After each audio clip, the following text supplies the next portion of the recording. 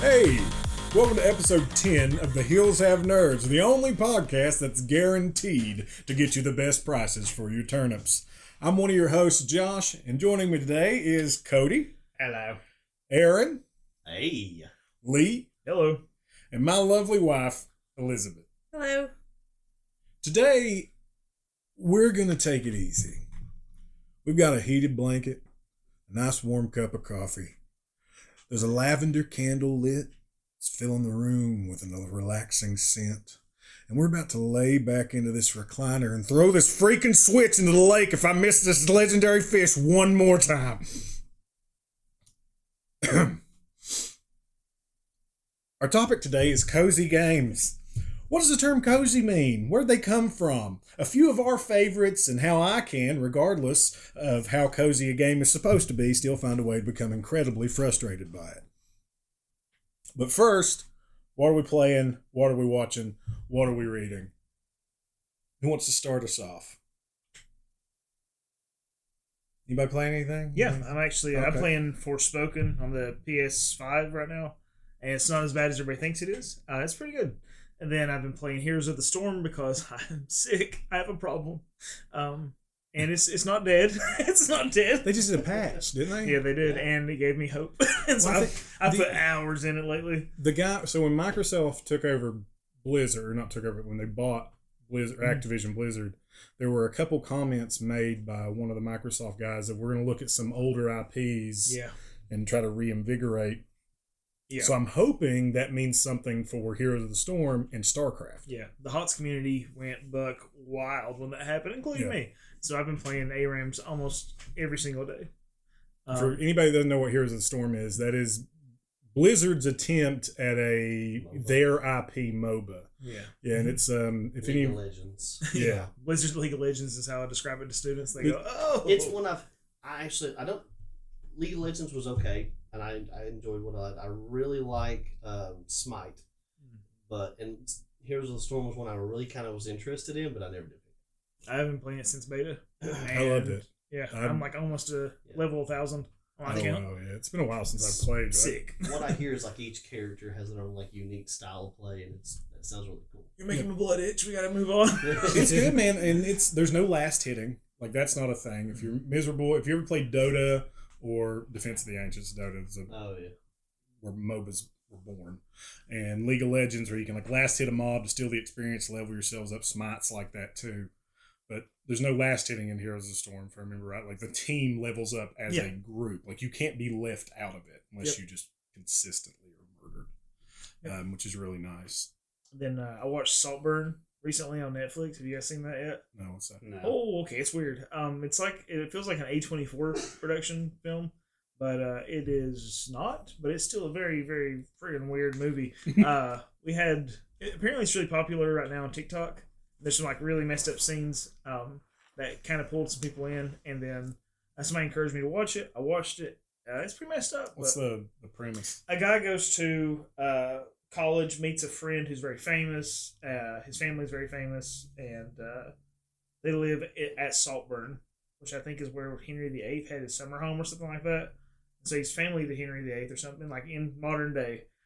This kid goes home with him, kind of like becomes obsessed with him and his family, and for all the right and wrong reasons. It was like a lot of love, hate, envy sort of stuff, and it gets weirder and weirder. So, and then I finally watched Midsommar. So, What'd you think? not as good as Hereditary. It was Really? weird for the sake of being weird, I thought, but very neat. Still, like I enjoyed it. So I feel the opposite. I think Midsummer's better than Hereditary. You so?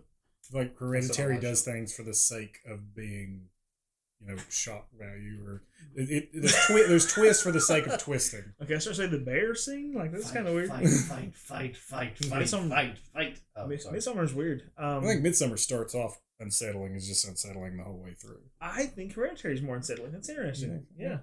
Midsommar, something that is very unsettling with Midsommar is just how bright it is all the time. Yeah, and I it's like you're that. watching that brightness, and there's just it doesn't relent. Get him to leave. He's got a different opinion than you. I just And agree then with shake him. him. Shake him. Well, it's a creepy, like, well, you watched it, right, Elizabeth? Like, what do you think between that and, you watch Hereditary? I didn't watch Hereditary, or if I was in there, I fell asleep during it. That shit screwed me up for weeks. We watched Midsummer. We watched Midsummer with the kids because we're horrible parents. I've not watched Midsummer. I've not watched either. Yeah, it's good. But I'll sit here and pretend like I did. Fantastic movies. I loved them both. It's just very bright for a movie that deals with the themes it deals with. I don't want to spoil anything because I like the A24 movies. But like the shocking parts of it are set in this really bright, colorful, what is it, like it's Sweden, right? Or I believe so. Finland, somewhere like that. Something Scandinavian. Yeah. It's really a really cool juxtaposition there. Because I think that was the selling point was, most of the time horror movies take place in like dark spaces. I don't know if I did. And this is super bright. Yeah, and it wasn't scary. Like it's just not a scary movie. So it's just weird. Just unsettled. Yeah. It's A24. It's just weird. Yeah, but Saltburn, you'll probably like it too. Okay. It's very, very similar. So Elizabeth, new here. What are you playing? What are you reading? What are you watching? Speaking of cozy games, I've been playing a lot of Talia lately. I think you guys talked about it in. Yeah, we talked about it in a couple episodes, I think. Yeah. So it's just like an MMO that's sort of like Stardew Valley. I don't really get a whole lot of time to put into video games right now, but that's pretty much what I've been spending my time with. Or reading. I started reading Mill on the Floss just because I really like classic books. I don't think we're really watching anything. No, what we finish? We finished something. I don't know. There's so much. We watched Delicious in Dungeon. Watched the first episode of it. Of an anime called Delicious in Dungeon. Lee, have you seen that? Cody, have you seen it? Never heard of it. It was really weird. It was weird. I'm not a giant anime fan. Every now and then I'll see one that'll catch me and I'll watch it. But Aaron's the anime guy. And Cody, you like anime too, right? I haven't really watched any anime watched since much high school. Just the way you said it, like you like anime. You like that stuff, right? I mean, cartoons and the bouncing and the jiggle physics. Cartoons, right?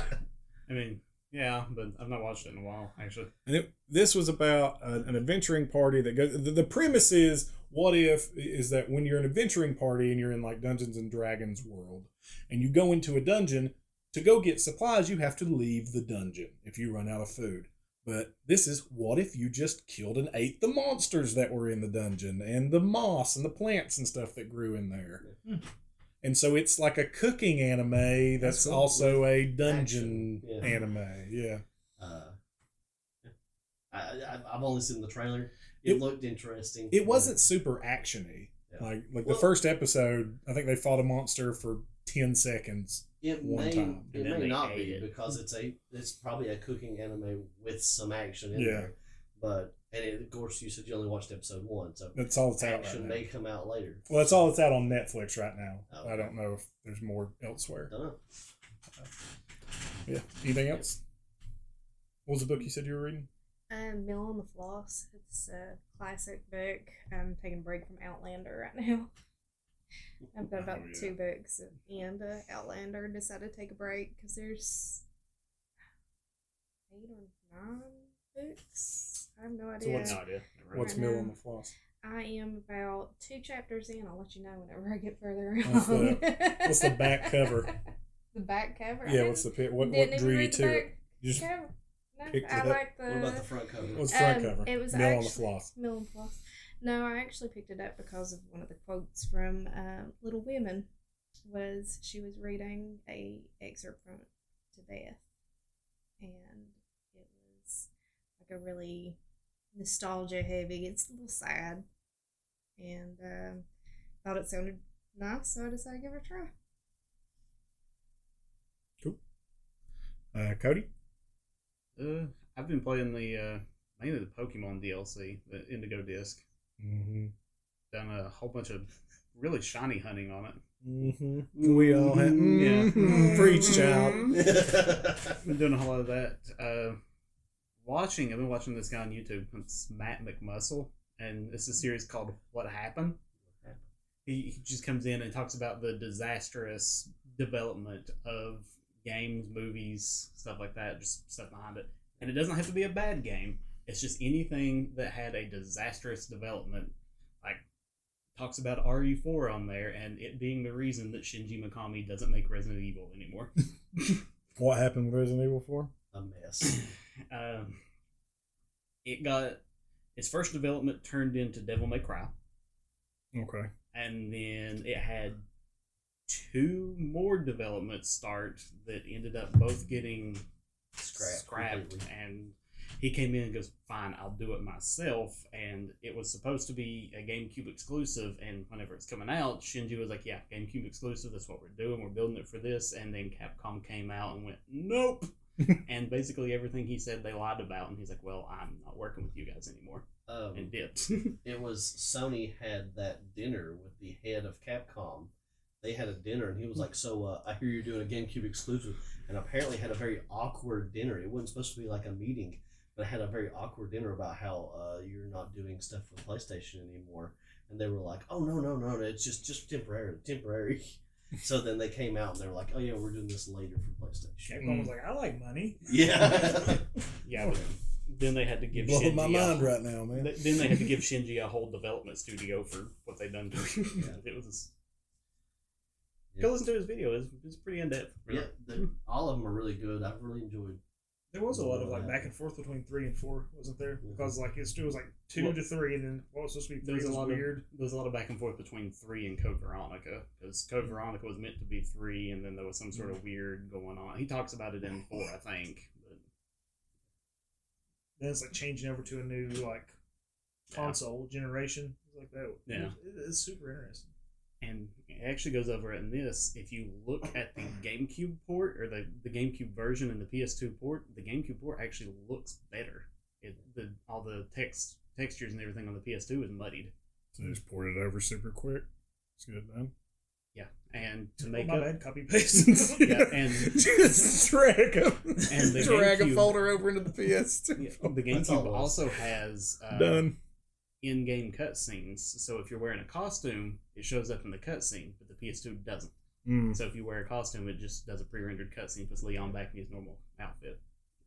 Because they had to pre-render all the scenes. They said to make up for that, they added in new outfits and the separate ways campaign. What about you, Aaron? Well, I just watched a 12-hour marathon of the Lord of the Rings Extended Edition in theaters. That's fantastic. Which was a fun. I have to say it was rough sitting in the theater for 12 hours. I mean, we left and I went, the outside world, I had forgotten. But we went in and it was dark. We came out and it was dark. It was really good. I really enjoyed it. I haven't really been playing much anything new. I have been watching another anime. I go in spurts and I start watching anime in spurts, and I have been watching one that I've really loved, and it's called Magic and Muscle, and it is 10. I finished the first season. It's 10 out of 10. It's like Magic Mike, the anime. It's Harry Potter, except imagine Harry Potter didn't have any magic and just used pure anime muscle, like overly power anime muscle for everything. But in this, I should correct myself. Magic Mike, the anime, is JoJo's Bizarre Adventure. Yes, 100%. Sure, I'm saying. This one, it's like magic. If you don't have magic, they like to keep the world pure with magic, so you are locked away if you don't have magic. So this guy's dad took him into the forest and kept him away from everybody. They found out about him, and these like magic police came in, and he just stomped them. They kept shooting spells, and he was just smacking them away. And they were freaking out. Finally, they were like, all right, I'll leave you alone if you can go become part of this head council of magic. But you have to go through their school to do it. So he's going through the school pretending like he had magic, but using his muscle. Like, well, this all makes sense. It makes perfect sense. Oh, it's like you do. Well, it's absolutely fantastic. Like, to fly. Like, they're doing the broomstick thing where, he has to fly on a broomstick. And to call it up, he stomped on the ground and like it shot up into his hand. Oh, God. And then he threw it so fast nobody noticed. He threw the broom and jumped on it real quick and like zoomed off with it. Wait a second. Yeah. He done that Dragon Ball. Yes. Cal Popeye from Dragon Ball, where he threw the log and jumped on it. Yeah. It's on Prime. Amazon Prime. Oh, is it? I don't know. I've been watching it on Crunchyroll. Okay, so apparently it's on Crunchyroll and it might be on Prime. We'll put a link to it in the show notes for anybody that wants to A Prime see. subscription, yeah. That's exciting. You're going to watch Magic and Muscles? I might do this. I have loved it. That sounds hilarious. There was one I watched that was like a workout anime. I started watching it at work, and I watched the first 2 episodes of it. It was hilarious, and I cannot find it again. I can't remember the name of it. I got to go back through. I sent it to you guys. Yeah, you sent it. Whatever it was. All right. Anything else? No, that's it. I actually have a few notes. You took notes? Oh, yeah, no. Holy crap. I promised I wouldn't curse for cozy. for Aaron's mom, who commented that I have a dirty mouth sometimes in these episodes. I brought this entire episode, we're being cozy. I'm not going to curse at all. We'll see. Not going to curse at all. You don't know how hard it was to write that intro where throw this freaking switch into the lake if I miss the legendary fish one more time and say that like pretend angrily without cursing. I mean, I don't know if you ever watched the Trailer Park Boys episode where he's up in front of the honor and or up in front of the judge and he's like, Your Honor, with all due respect, I can't speak without cursing. Because she's telling him if you curse again, I'll hold you in contempt of court. Way to go, Mom. We have one non-explicit episode. For what it's worth, on Apple, I think, or iTunes or Apple Podcasts, we are not listed as explicit, despite the few sparse and fun expletives I drop every now and then. They're just, it's fun. Sometimes just shakes it up a little bit. Well, Josh, what are you doing? What am I reading? What am I watching? You're right. Let's not worry about getting into who cares? No, I'm playing a lot of Pokemon. Been playing a whole lot of Pokemon DLC. The Indigo disc has been fantastic. The story was really cool. I felt like it tied up a little quick, and hopefully there's a prologue coming out. So we're recording this right now. It is January 8th. Yeah, so we're recording this January 8th. There's a prologue coming out on the 11th, which is Thursday. Yeah, Thursday, which releases a little mythical Pokemon, a little bit of tie-up story with some of the characters back in Paldea, because this part of the DLC takes place in Unova from the 5th generation. It's been good. It's been really good. The Pokemon they had in were great. I get to play with my shiny Metagross again, so that's what I'm happy about. Just my buddy messaged me about HOTS, and I'm like, yes. sorry, gotta go. Here, play some emergency HOTS. Came up. Here, play some HOTS. Man, I got some cocaine. I was like, oh boy. My kid's been playing that. Cocaine? Yeah, my kid's been doing cocaine. Your kid's been playing HOTS? There's not many of us. What's his username? That way I can go stomp him into the dirt. A child on the internet. What's his username? It's okay. Lee's a teacher. I'm like, listen, you. Let me educate you, child. I know your father. It's okay, kid. Get in my car. I know your dad. I meant more like. You want to come play video games at my house? No, it was like, you better back off, son. Stop killing me. I know your daddy. I know your dad. Oh, Lord. I'm going to tell him. You're griefing me. He will too. He's a little turd. Lee's just going to start saying it to everybody in the game. I know your father. I know your dad. Is this Josh's kid?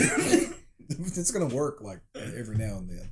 It's going to be some random kid like, what did I do? I've been looking into the new Final Fantasy 14 expansions coming out this year, as well as a new WoW expansion, so it's a great time to be an MMO player. 2 MMOs I love to play. Dawn Trail's coming out for Final Fantasy 14, I think this year, right? Yeah. I think that's what they quarter said. 3 or quarter 4 this year. I think it was quarter 3.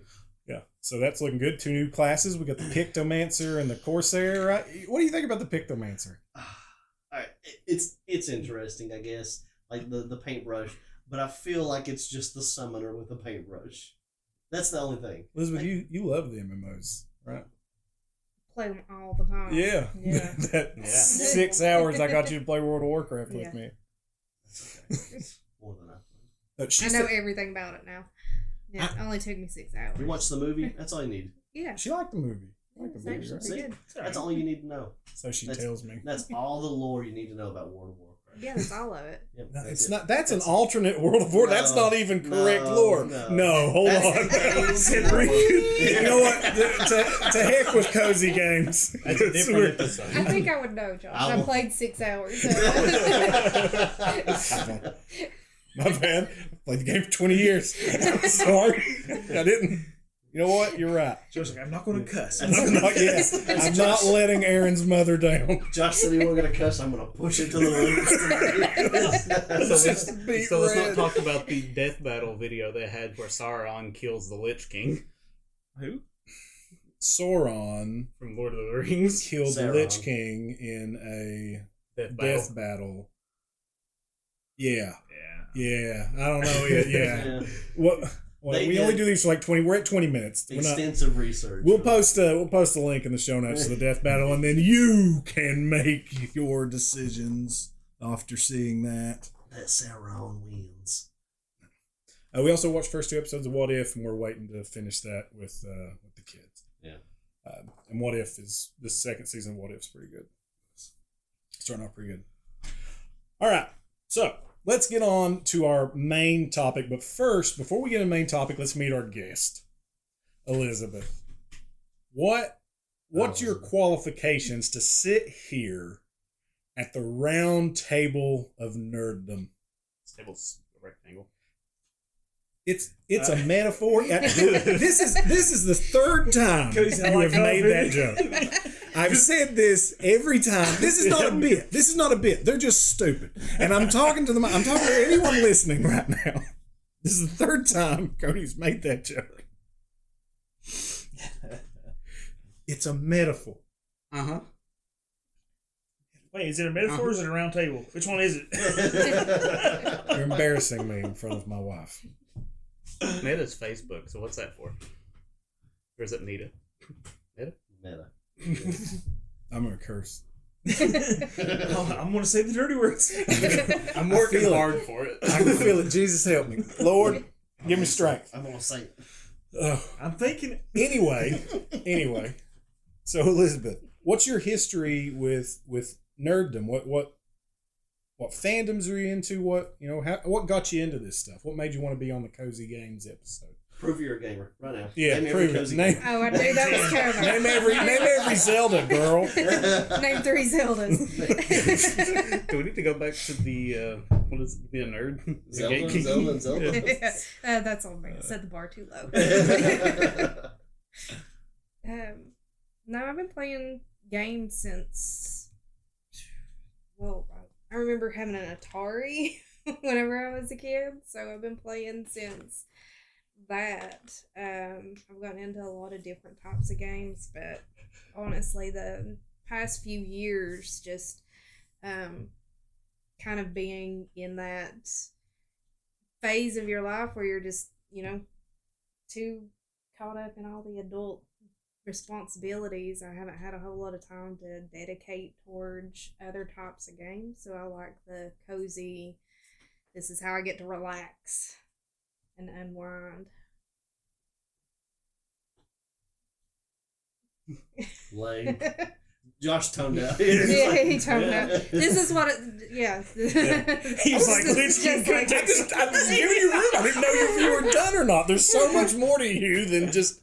Well, I like cozy games. I also asked what fandoms you were into. What do you like? So what branches of nerddom that not just games do you enjoy? What's your favorite cozy game? My favorite cozy game? Probably Stardew Valley. I've put the most time into it.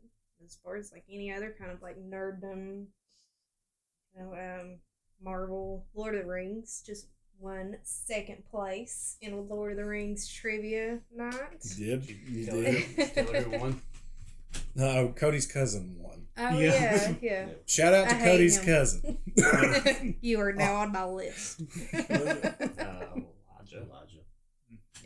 Shout out to Elijah. Elijah Woods. Yeah, Elijah Woods. Yeah. Elijah Wood won. Cody's cousin Elijah Wood. I could see it actually if that was true. Be neat, but Sure. He's like, I'm gonna smoke these fools. They don't know. It's just Elijah Woods and like the glasses with the big nose mustache. And the eyes are going to Yeah, little slinky eyes. They'll never know it's me. Not quite. Anything else? I've completely blanked on everything there is about me. Like, She doesn't exist. also sitting in dark rooms staring at a wall forever. I have company now. That's a I don't shame. know if I'm comfortable with my wife sitting in a dark room with you, Cody. We're just staring at a wall, watching the paint dry. So anyway, let's get on to our main topic. That was riveting. Thank you, dear. No, paint dry. Speaking of cozy games. So There is Watch Paint Dry There Simulator. is. It's on Steam. we're going to get into all this. So I don't think our that's main cozy, though. topic is cozy games. And what do we mean when we say that? I feel like, so I was doing a little research for this stuff, putting together the show notes, and it is just such a wildly broad definition that people use for this. There, so much so that, I mean, I couldn't even really like come up with any kind of like really narrowing it down other than a couple little fringe definitions people put out. So what do we think of when we think of the word cozy? Not necessarily dealing with video games, but what do you think of when you think of cozy? A warm feeling. Okay. Just off the top of my head. Okay. Really, like something that gives you a comforting, warm feeling. Like, All right. Sitting in a nice rocking chair recliner next to a fire with a good cup of coffee and a book. Okay. Dude, you would have killed me if you would have said Coco. Well, they didn't know. They didn't hear they didn't hear the first two takes doing the intro when I just had replace Coco wrote down. Just replace cocoa or coffee with cocoa and leave good. What about you, Elizabeth? I think it's just a feeling of comfort or safety. It's stress free. Okay. Yeah. So when we think of like, because when we want to apply that to a game, and this is I feel like cozy games is a term that's kind of come around recently, just to identify some games we've all been playing for a long time. I actually tried to look up when the term cozy game was first used. Okay. And I couldn't find a direct anywhere online that I could see. I'm not saying there's not one, but nothing I could see. But a lot of people were saying that Harvest Moon in 96. 96 was like around the first time that people started using cozy game. So using the term cozy game. See, I didn't hear it until like Palia. When I found Palia was the first time I heard something go, here's the new cozy MMO, and it used cozy an excruciating amount of times. Yeah. In And the see, write-up. Stardew Valley was the first time that I personally heard. Yeah. That's the cozy first time I've heard it was Stardew Valley. But that's what. Just the term cozy, not necessarily associated with games. Look how that ramped up in use over the last. What year is that spiked? I think that looks like Somewhere 70, maybe? Somewhere between 1950 and 2000. All right, hold on though, because I got a little bit of trivia here. Okay. So we're talking about cozy games, things that somebody would identify as a cozy game. So I wanted to say before, because I actually have something wrote down here. Okay, what do you got wrote down? So for a cozy game, I looked at, I thought about what makes a cozy game for me, and I think of four things. And the first one is the main thing that really matters across all the games, because all of them play different. Yeah. And this is for you. This is my perspective. Yeah. And that is low pressure gameplay. Okay, what does that mean? That is something that you stress free, that you don't have to worry about when you play a game. I have other things, stylistic visuals, fun characters, a lot of story, but some of the games don't have that. But they all have low pressure gameplay, meaning you don't have to worry about what's happening in the game. Yeah, I think that's the most important trait of it is that low pressure, like that. They're very forgiving. If you don't succeed at a task, then they kind of invite you to try again. You don't lose anything. Exactly. It's low pressure. You're not feeling pressured to do the particular goal. Okay. According to this, one of the earliest things that they could find for anybody referring to anything as a cozy game was in 2016 when somebody just asked, "What's the most comfy / cozy game you've played?" Wow. Okay. See, now that's relatively recent. That's what we're looking as far at as here. Yeah. Specifically calling them cozy games. I don't know if it goes Who before knows that, if but it's it's like when we were looking at the origin of nerd and all that stuff. Like it's all different and stuff. But that's interesting. So I have here on a note. So what traits does a cozy game have? So tying into what Aaron said with low risk gameplay or low pressure gameplay. Low risk pressure. Battletoads. Yeah. God, no. But there are, and we'll get into that in a second. But there are people who will say Battletoads is my cozy game. Yeah.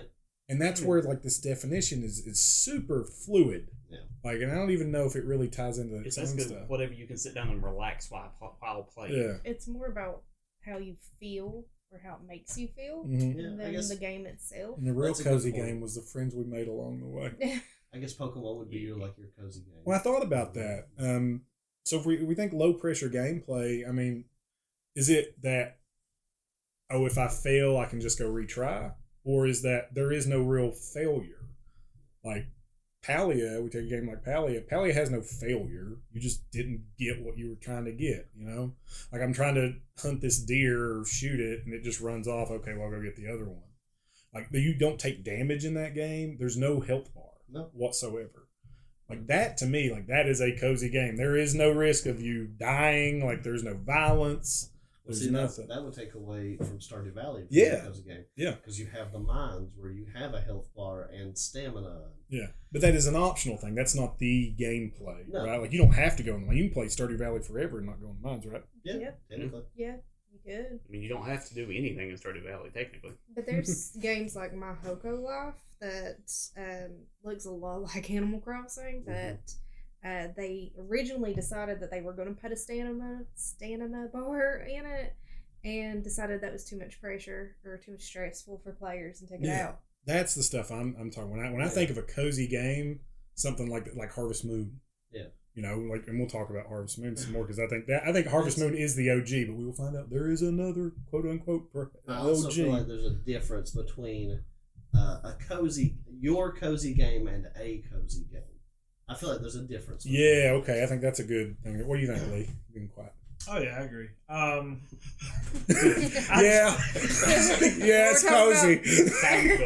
I don't like cozy games. So, What? my wife loves Animal Crossing. My kids love Animal Crossing. When I think cozy game, I think Animal Crossing. Though I played a little bit of Stardew Valley. I played a little Animal Crossing.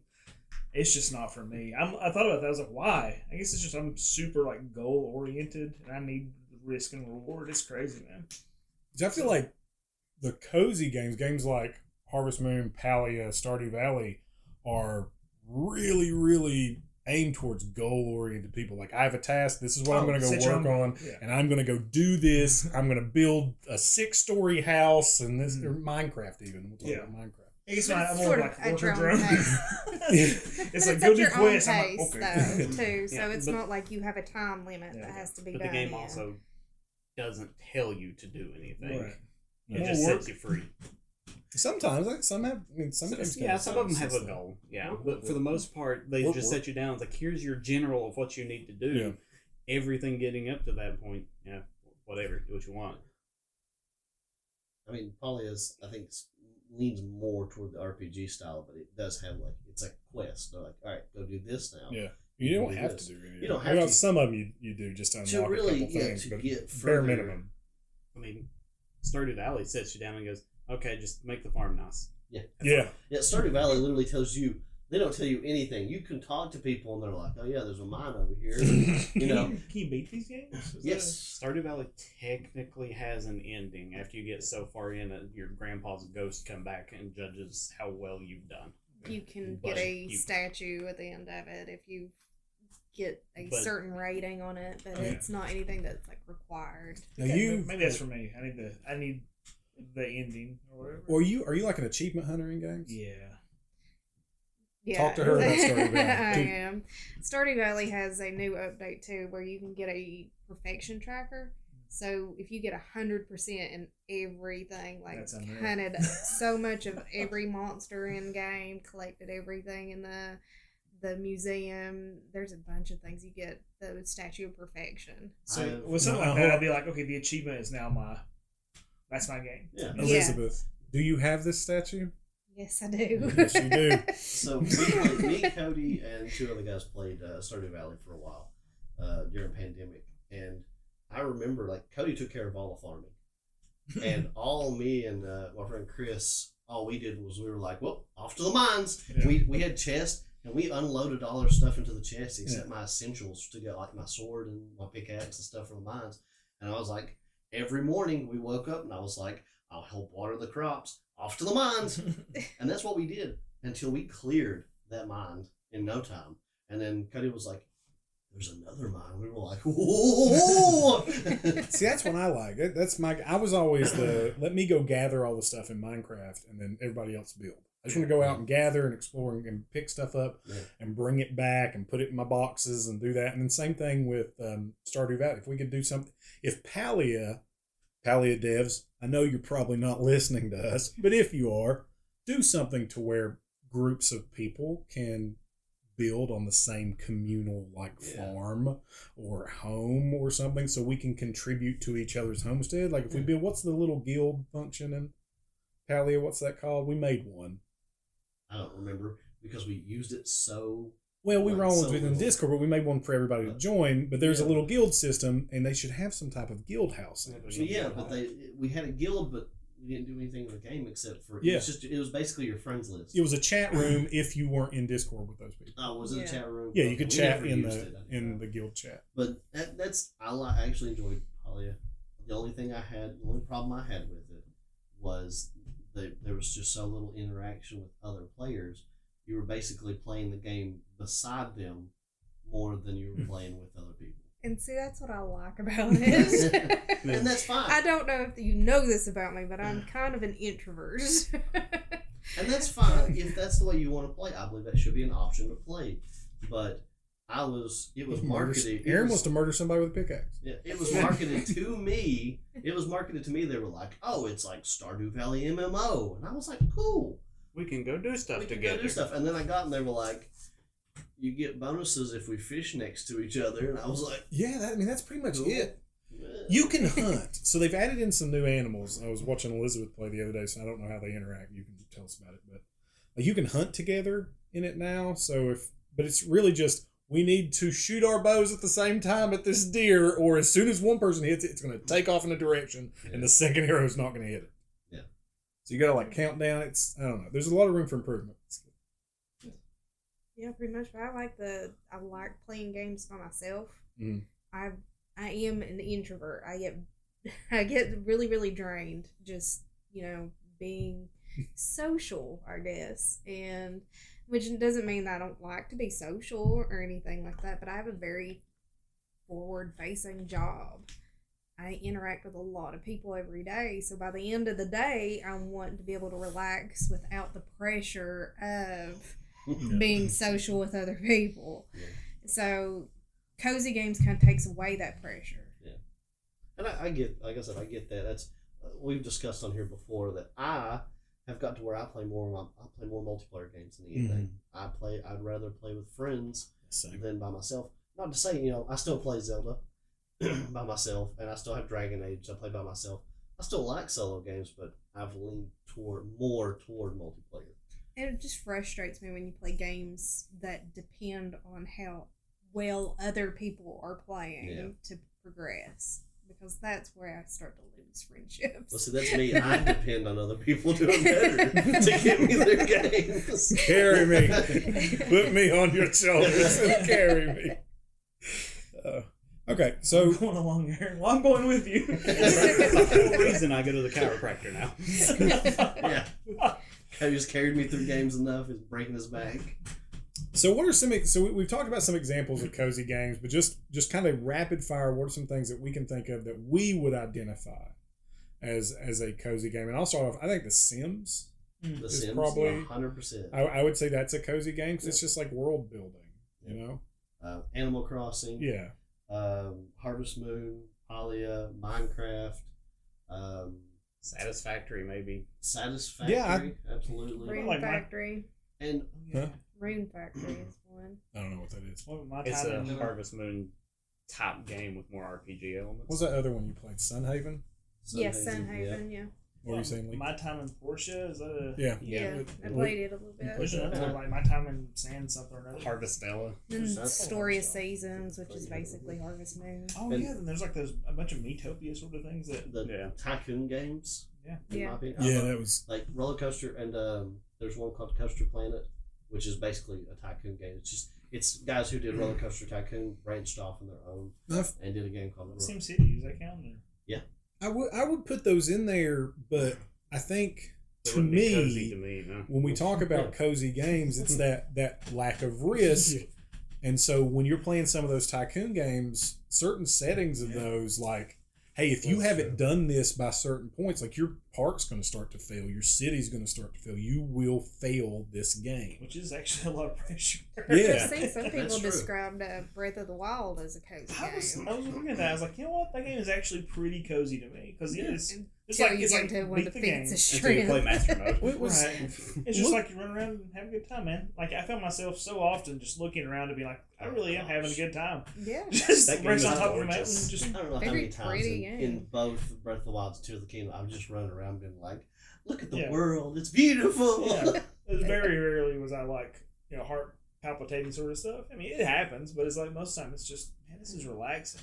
Yeah, those tests of strength or something is about the only time that I've been like legitimately mad at something Those, like, in a game, other than fishing in Stardew Valley. yeah, so I don't like just fishing in anything. Like, I don't think fishing has ever been implemented in a game well. I love Final Fantasy XIV's fishing. Absolutely love it. I don't think the fishing is too bad in Palia. Halia wasn't too bad for me, but I have to say, at least I could do it. There were a lot of other games that either it was a very boring action, or it was just, I know, like Stardew Valley, I never got the hang of Stardew Valley's fishing. Never was able. I think I've caught like 2 fish in the entire time that I ever played Stardew So Valley. you go after those legendary ones. Yeah, those legendary ones are awful. Cody said, "Put the fishing pole up. Get back in the mine." So real quick. So talking about what is a cozy game to us, I was looking at there's a Cozy Gamers Reddit, that the subreddit I was looking through just to see what people were saying. There's information there, and apparently there's this trend going like rocking the subreddit right now, where every other post, not even every other post, every 5 posts is quote unquote, this is where it all started for me. Oh, wow. And it's where people got into cozy games. And some of them are stuff like Neopets, like the browser-based Neopets. I could see that. I played that crap. Me and our buddy Jordan. Yeah. Jordan, if you're listening, remember going to the library after school in middle school and sitting on the computers there and playing Neopets? I do. Had a lot of fun, buddy. Love you. But some of these, like, someone has a Tamagotchi as their thing, but those things were stressful. I had to have my mom like take care of it while I was at school. Yeah. Freaking Pikachu died on me. Yeah, I had the Digimon ones that you could sync up. Like if somebody else had one, you could put them together and they'd fight. My Yoda died. I had a Yoda one. Oh. Yoda died. Yeah, you think about that, how boring it had to be at taking care of things. That's bringing back old memories and old Kill Yoda. That brings back 800 years old. He's not really done anything, and you killed him. Yeah, it's just his poop sitting next to him crying because he's hungry. I was like, good luck, Yoda. My younger brother dropped our Pikachu one in the bathtub. He was playing with it in the bathtub and dropped it, and it ruined it. I mean, that'll kill it. Yeah. He's just not weak to what? Did it shock him? Yeah. No, you should have.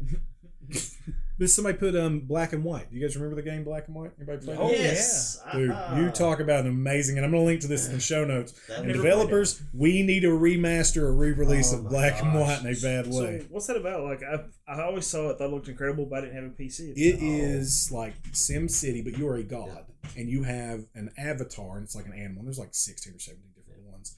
And the more benevolent you are to your people, the more you answer what they want. It's like a Sim City game. You can see what they want. They want food or water. They want boats, so you can build up careers and form families and But stuff. there were also other tribes around. Yeah, and it's like what's a game like that? It's like where you move like Civ. It's like Civilization meets Sim City, where you build it up and you can spread out. You can influence by good stuff, Populous. and you have a temple that grows, and based on your actions, whether you are good, it starts to grow good, and your creature will get fat and happy, and it's performing like nice miracles for everybody. Or you can be evil, and then your hand that you control starts to get like demonic, and your temple curls and like lightning and stuff, and your creature just becomes this like demonic form of it. That And sounds it, awesome. Well, you could rule through good actions, or you could be, demanding and like rule evil way, and to force your animal little avatar. Avatar to go and just wreck places. It was a lot of fun. So it kind of reminds me of Populous, but that one, like, you just play it basically as a god, and like you go around and you build up the land or whatever, build up your civilization, and then you are basically this one's more of a board game against another thing because there's another rising civilization that you're specifically trying to fight with. That screenshot just made me think of Mr. Bones Wild Ride. So Populous. I've heard of Populous. It was on console of some sort, right? Yeah, Super Nintendo. But my point about Black and White was that to me, when I played that, and I played the crap out of Black and White 2, those were not cozy games for me. Like, I was on edge a lot when I was playing those games because those, like, warring villagers, they were warring gods that you were fighting with. see that? It wasn't just a village you were coming over. You were influencing another god, and they would send their animals over, and you'd fight, and they could kill your animal, and you'd lose. Well, you were still in the worshipers, and you were trying to get them to worship you. Rather Sounds than like RTS, man. It 110% to an extent. I think RTS is one of the most stressful types of games. Oh, yeah. And I think that comes back to, is it a cozy game or your cozy game? I bet when everything's going well, you're like, yeah, this is great. Oh yeah. Oh yeah. First little bit, when before they introduce the other tribe, you're like, oh, well, all I gotta do is make these people happy, and then they're like, look out, that other tribe, and then it shows you, the other tribe, and you're like, oh, I have rivals. So excuse me. Sorry, I heard that. So let's go into real quick. Just what was the first? Let's do a little bit of history of the cozy game, and really the only like significant history is what was the first, and then when did the genre kind of pick up? So what do you guys think the first cozy game was? Harvest Moon. Harvest Moon in 1996 on the SNES. I rented it, played it. Oh, when played it was the new. crap out. Oh yeah. But doing a little bit of research, I found this game that people were saying this one actually, and it's called Little Computer People, and it was from 1985. Let me bring up a little bit of information about it. And it was on the Atari and the Commodore 64. It was made by Activision. It was on the ZX Spectrum. You ever heard of that, Lee? Okay. Cody, you ever heard of that one? You guys are the console guys here. The Amstrad CPC. Heard of that one? AMISTRAD. AMSTRAD. I've heard of Amstrad, but I don't know if I've heard of that specific. And the Apple II. Oh, yeah. There was an Amiga version released in 1987. There's 2 Japanese versions. A family computer disk system version. That's the Famicom, right? Yeah. Yeah, it was a Famicom version. And that's not the early Nintendo, is it? Yeah. Disk system. Yeah, it was like an add-on to the Famicom. Okay, cool. So this actually came out for our early versions of Nintendos. So it was essentially the first sentence for this on Wikipedia is this game had no winning conditions. You didn't win. It was just it had one setting. You'd see like a sideways view of this interior of a house. It was like a 3-story house, and after a little bit of time, this kind of animated character, and I'm gonna link to this in the show notes. Yeah. An animated character would come in, and you could encourage him to do things very much like an early Sims. Yeah, that's what I was thinking. But there were no he's not gonna lock himself in the bathroom and set the baby on fire, right? Like you can't you can't turn this into psychological horror the way you can turn The Sims into psychological horror. Like the box cover has a guy on it, and I like it. It's like human-like beings actually found living inside computers. Yeah, it billed it as it as these are real people that you're interacting with, because they would interact with. They'd tell you like their needs and what they'd like, and you can interact. So I mean, it's very, very early Sims. Yeah, it's like discover the little computer people inside your computer. They play games, write letters, and live full, active lives. Yeah, it sounds like that probably deserves the first title. It says each copy of the game generates its own unique character, so no 2 copies play exactly the same. Wow. A character's name is randomly selected from a list of a whopping 256 names. Oh boy! Yeah, but that one. The 256 is with kilobytes. Kilobytes. Oh yeah, definitely. But that's that. I think little computer people, I think, has to take the title of first cozy game from Harvest Moon. What do you think? Yeah, it's kind of the The way it whole. sounds. I think so. I think it meets Holy crap. like it's open ended, so it doesn't really have like an ending to it, and it's not high risk. It's very Yeah. At least the way it sounds, yeah. It is low pressure it's gameplay. low pressure. Yeah. Low risk. Yeah, it's kind of those like the popular answer versus the actual answer sort of thing. Like, what was the first video game? It's a weird one. Yeah, that post we done because we had Yeah. Pong first. Like, that's the six. Monster Smasher, Monster Yeah, Smasher, something something weird. like that. But that was the first RPG. Yeah. No, that's first. Yeah, It's Dragon Stomper. Was Dragon the first Stomper, one. yeah, not Monster It's Smasher. like really Dragon the Stomper. Monster First popular is probably Harvest Moon, but it's like first. That sounds like it's straight up cozy game, man. Yeah. we say that, but this Commodore 64 box, there's a gun on the back of it. For little people, bitch. Yeah. There's a gun. There is a gun with a silencer on it. What are these little people into? It's hard to tell. It says a little person is waiting to move into your computer. Strange but It's, true. yeah, it's a gun. Really? Why is there a gun? This cassette loads a special house into your machine. It's hard to read because it's really blurry. Maybe he has a ski mask, too? It's hard to read because it's English.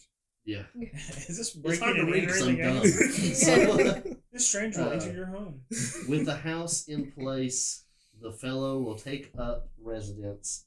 This could be the start of a beautiful relationship. And then it shows a gun with a silencer. It shows up and it's like, you will love me. There were 256. That's amazing. I didn't even pay attention to that when I had that brought up. Can't talk about some clickbait. Clickbait started way back with box art. Oh my god. That's awesome. Well, that's the version I'm buying. Yeah. Okay. Yeah, it's a gun, Mom. They get it and go, aww. So there are a couple other things on here. So why do we think these? It feels like to me, at least in stuff that we've seen lately, that this genre of games has just exploded. Yeah. And why do we think that? I think Elizabeth is Yeah. all over that point earlier. Introverts. Introverts, yeah. I think it really, really took off with Animal Crossing the last few years. It was released about the same time the pandemic hit. Everybody was inside. Like Stardew Valley, even before that, was like a massive It was hit. pretty popular, but I think one of the best-selling or most downloaded cozy games the last few years has been Animal Crossing. It also offers a way for everyone to enjoy a game. Yeah. Because like we said, there's low pressure for gameplay, for risk on it. So like anyone can pick up. Like that's the big thing with Animal Crossing. Like there's no real big, oh no, you have to worry about this. You just get in and play and enjoy, and that was the idea of it, was that anyone can play. It's for everyone. Yeah, it's something easy to pick up, easy to master. Everyone can take part of it. And I think a little bit of it is that escapism. Yeah. Yeah. It really blew up in 2020 during the pandemic and has really taken off since then. Before then, there was maybe a handful of games that was listed under cozy game genre on Steam, but now there's dozens that's coming soon. Yeah. I always say it gives a sense of accomplishment, so I can actually pay off a debt and Yeah. cross it. I can live out my fantasies of not owing money. Yeah. Home ownership. Yeah, I wonder if it has something to do with, like, especially during the pandemic, it's like, this is my circle of people, like these little animals or whatever. Yeah, a sense of belonging. Yeah, it's like, and this is now my, almost like, what's it called? Echo chamber. It's like, on Animal Crossing, your island becomes your echo chamber. If the people don't like what you're doing, they just move. They leave, and you're like, flip them the bird, good riddance, buddy. I'm getting another one. I'm getting me a ghost next week. There are some people that get like stressed about that though. Oh, Their my daughter villagers does. leaving and stuff. I wonder where she gets. Well, it's like my nieces, they were sitting there trying to go back and forth between each other's islands to see if they could steal each other's villages. Next, they'll be like, oh, cool. She sounds really neat. I'll move in with her. You can do that too, right? Can you get somebody's villagers to come live on your place, or You can marry someone in Stardew Valley, but I don't know. Oh yeah, Elizabeth's got all kinds of online. I think villagers will. You got a harem? Yeah. Was that what it is? Yeah. And you can turn your kids into doves. I have turned my kids into doves several times. And she's thought about it in real life. Lying if I said we had. I looked it up, and Animal Crossing was sitting at 43.8 million units since release. How much has Stardew Valley got? Stardew Valley's probably got more just because it's older and has been re-released so many times. Yeah, it's been released on so many different systems too. Yeah, and it's cheaper. Yeah. No, so as of March 2022, Stardew Valley has sold over 20 million copies across all platforms. Wow, dude. So that, I don't think it's come anywhere close to Animal Crossing. Animal Crossing has doubled it. That Holy surprises crap! me. Actually. From 2016 to 2022, yeah. Yeah, that surprised me. Yeah. I think. You know, you want to get messed up. Look at how many copies of Breath of the Wild sold. Animal Crossing has blown it out of the water. Even though Breath of the Wild's like, it's incredible. I mean, it's one of the best selling games of all time. Go ahead and say it, Lee. It hasn't really blown it completely out of the water. As of September 2023, Breath of the Wild, I mean, it's 25% more. Breath of the Wild sold 31.15 million. That's more than I thought. And Animal Crossing's at 40, but that's still, I mean, that's 25% more from Animal Crossing versus, Link. A very old, established video game franchise. That comes back into... Animal Crossing was on the GameCube. I mean, it's not like it's super old. Well, that comes back to your demographic. Animal Crossing is for everybody. Yeah. Everyone likes a cozy game. While Zelda is a venture game. It's for your more people who like. Even though this one is I think, a fantastic entry game for any Zelda. Anybody who wants to pick up a Zelda game. Because it's such an open world and you can experience it how you want. Isn't the you can Mario Kart go at your own pace. You can play, just as much or as little as you want to. There's so many games out there where I feel like I completely forget how to play if I go a month without playing it again. Oh gosh, I don't know how many times I've done it before on Dragon Age because I'll play and quit, and then my second run through Dragon Age Inquisition, and there is a lot in Inquisition. I was like, I'm going to make my perfect game because I always have to have my canon game that I go through. I make it my perfect world so that I can carry it to the next game. And I was going through and I ended up quitting for some reason.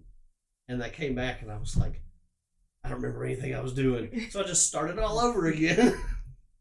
It's like you should see me whenever I picked up Bloodborne again because I'm going to go through and start at the point that I quit playing and go back through. I picked up and was like, I don't even remember how to dodge. Yeah. What's the Gandalf meme? It's like, I have no recollection of this. Yeah. But yes, that's the second best-selling Switch game of all time. It's Animal Crossing. Was the first? Mario Kart. Oh, yeah. I was like, what a very stressful game compared to... Oh, my God. Mario Kart's not stressful. I don't like it. Animal Crossing, you make friends. Mario Kart, you crush them. Come over and sell your turnips on my island. Then maybe we go for a race. Maybe we go for a drive. I mean, villagers are in Mario Kart. They are. They're in Smash Bros. Now, right? Isabel's in Smash Bros. Too. With those dead eyes staring at us all the time. I'll tell you what scared the hell out of me on Animal Crossing. I played the crap. I didn't play New Leaf. I didn't play New Leaf at all. But my dad, bought me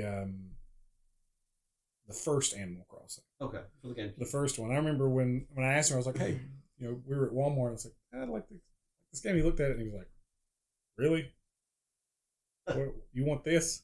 I go, "Yeah, it seemed fun." And I think Jordan had talked about it, and some friends at school talked about it. I was like, "It seems fun to do that." He was like, and I just see like the sadness and disappointment. So it's just one more thing. All right. All right. I remember getting the first Animal Crossing, and I loved it so much. I talked about it so much. Our friend Jeffrey during high school brought me a guide because I talked about it so much because I loved it. I remember the first time that Jared brought his memory card over, and we were amazed. Because he went home and he was like, "One of your villages are at my house now." I think it happened with Jordan. Me and Jordan did that. He said, I knew Yeah. my rotary. Just go get the rotary phone. Sit around. New Leaf was actually the first Animal Crossing that I played. Really? Mhm. You didn't play the first I one? believe it was actually my first two. Really? Now, New Leaf's The the most 3DS. recent one, right? Yeah. Oh no, okay. No. What was the 3DS one called? I thought that was I New don't Leaf. know. City Folk. No, City Folk City Folk was is for the the Wii. I think New Leaf. New New Leaf Leaf is is the for the 3DS. What's this No, new one that no, just no, came no, out? Horizons. New Horizons. New That's what I Horizons. was There we making. New Horizons was the first one I played. I knew This it- one? Yeah, the new one. For the, wow. Yeah, I knew I've it not wasn't played new, any of them. New Leaf.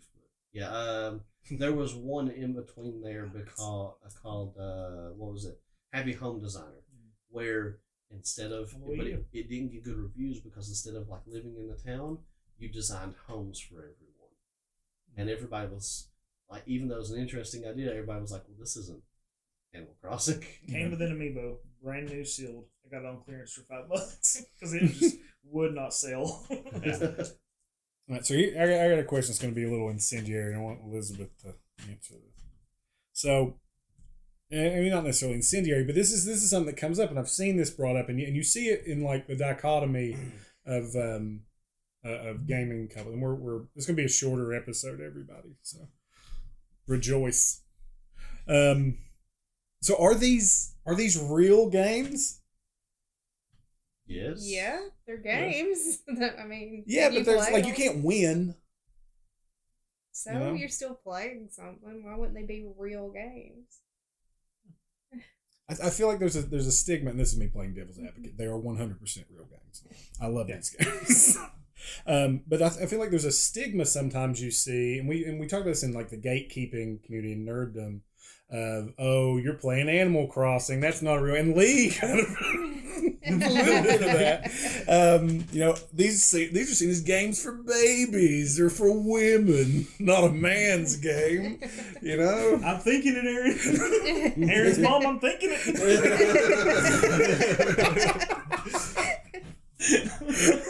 Oh no.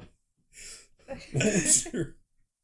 Yeah, I actually probably err more on that side, but absolutely the real games. I'd never want to gatekeep that. But But as he slides the gate closed, but he's turning the.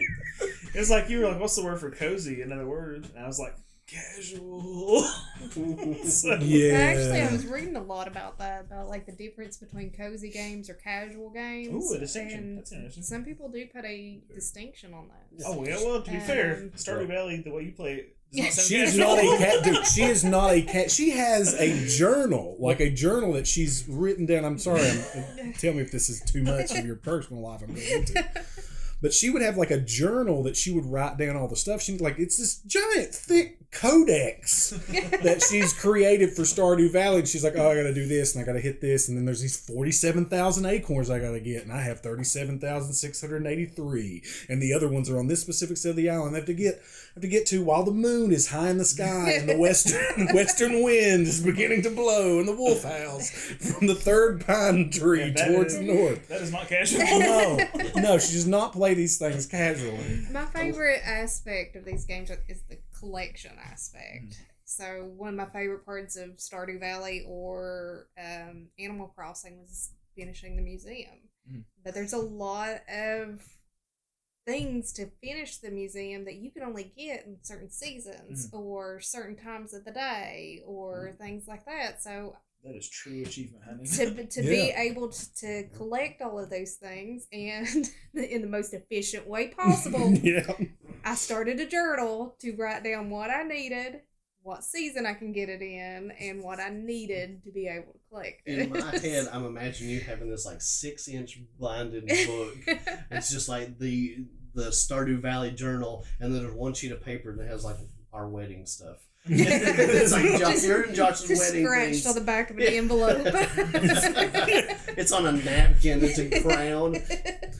Elizabeth, where'd you write the instructions for the caterer? It's on that Mr. Getty's box.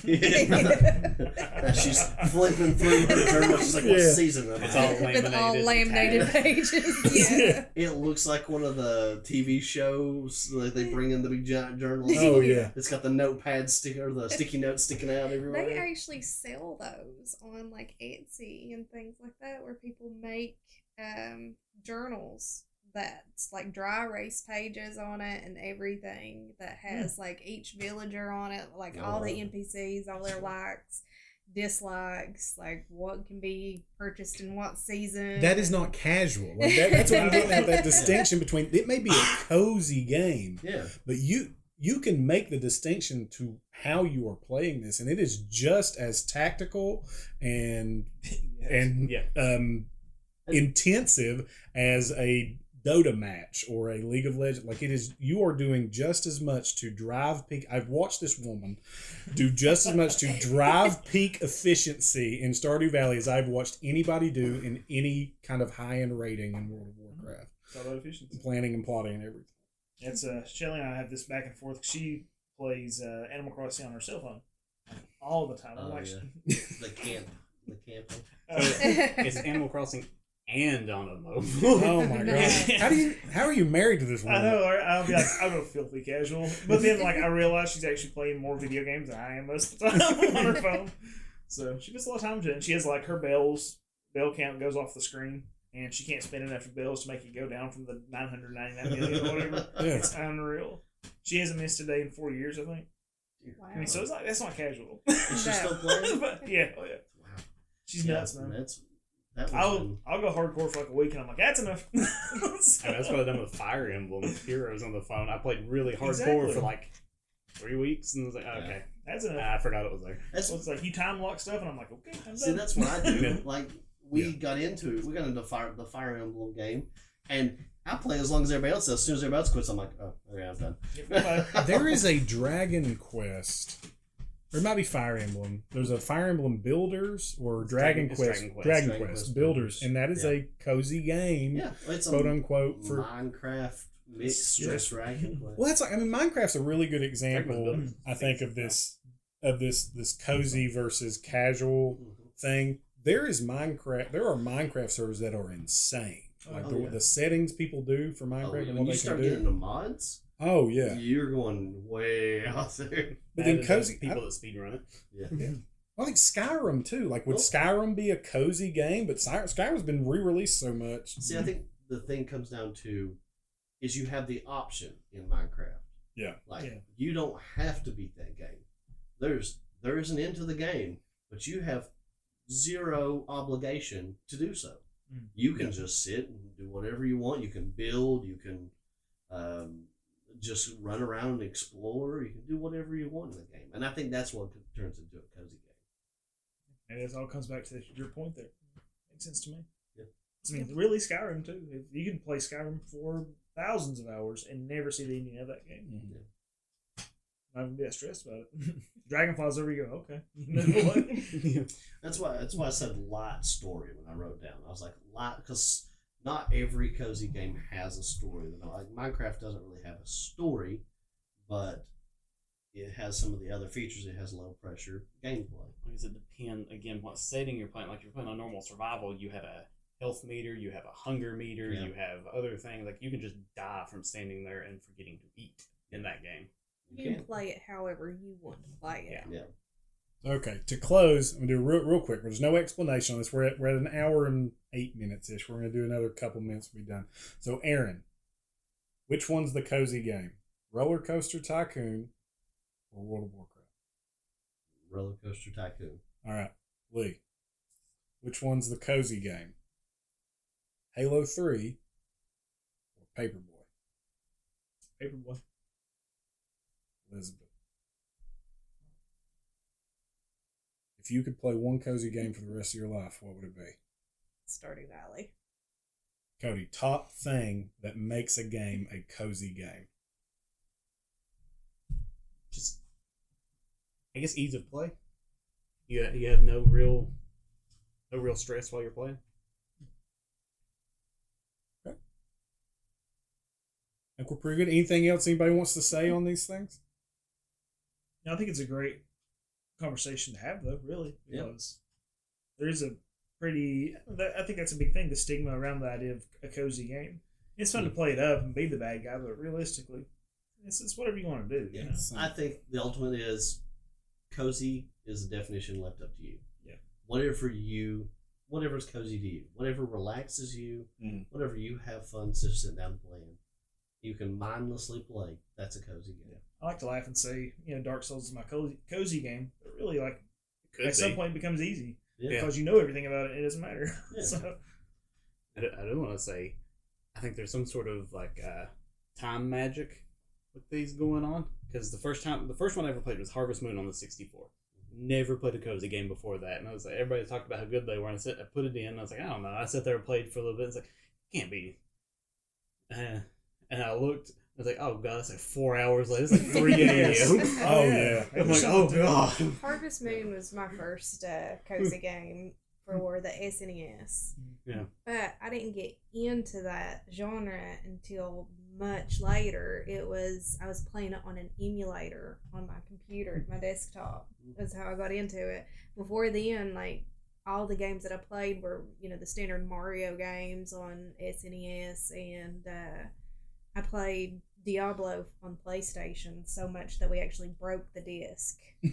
Nice. You remember how the back of the first PlayStation's discs were black? Mm-hmm. They actually had like white spots where we had burnt it up. We'd played it so much. Wow. Yeah, and that was like the extent of the games that I played. So Harvest Moon was the first one, and I remember because there was somebody that I had went to school with that let me borrow a flash drive that had like every SNES game ROM on it. Nice. And I went home, put it in, was scrolling through all the games looking for something to play, found it, and my brother turned and looked and said, "What are you playing?" I said, "I don't know. It's called Harvest Moon. Never heard of it before." And he was like, "Well, what do you do?" And I was like, "I'm not even sure. I'm just playing it to see if it has a point at this, at this point, just see what happens." And next thing I knew, I had finished everything, and I was like several years past like the quote unquote end of the game and starting over. What do? I don't know. If anything happens to this chicken, I'll kill everyone here myself. So I don't go into games lightly, I guess is the point. Hey, you're hardcore. You get on to me for WoW and the stuff I do, but and she always will. Yeah. More hardcore than you think.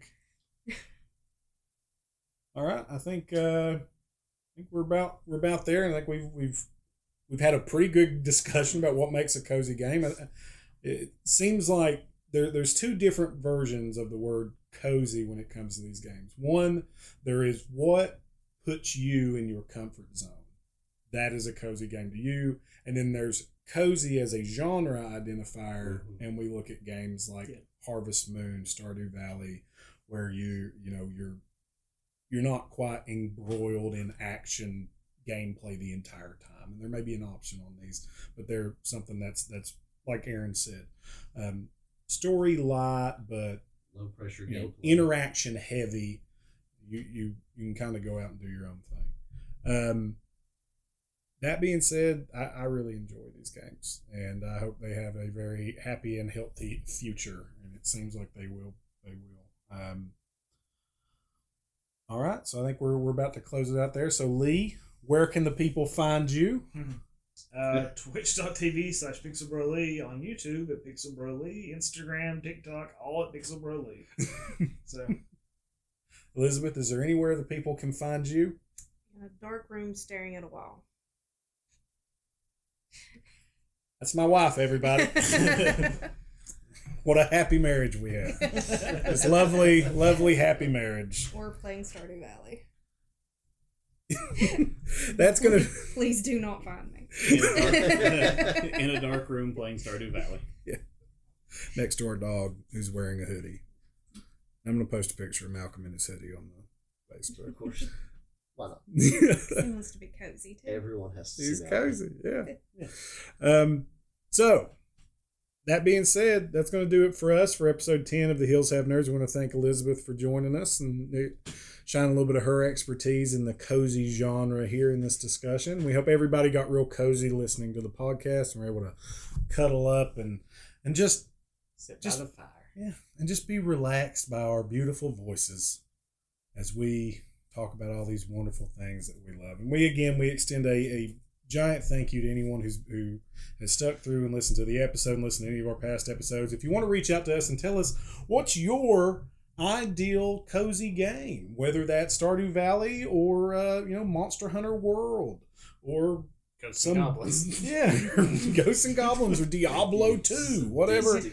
Yeah, whatever your cozy game is, reach out to us at hillshavenerds@gmail.com. That's hillshavenerds. Or come over to our Facebook and let us know, what's cozy to you. We have all kinds of polls and fan interaction and stuff over there. Come talk to us. Please come talk to us. 2 of us sit in dark rooms all the time. So obviously we could deal with some interaction. Come to our village. Sell your turnips. You got an hour before Elizabeth passes out. We gotta get out of here. Thank you, everybody. Bye-bye.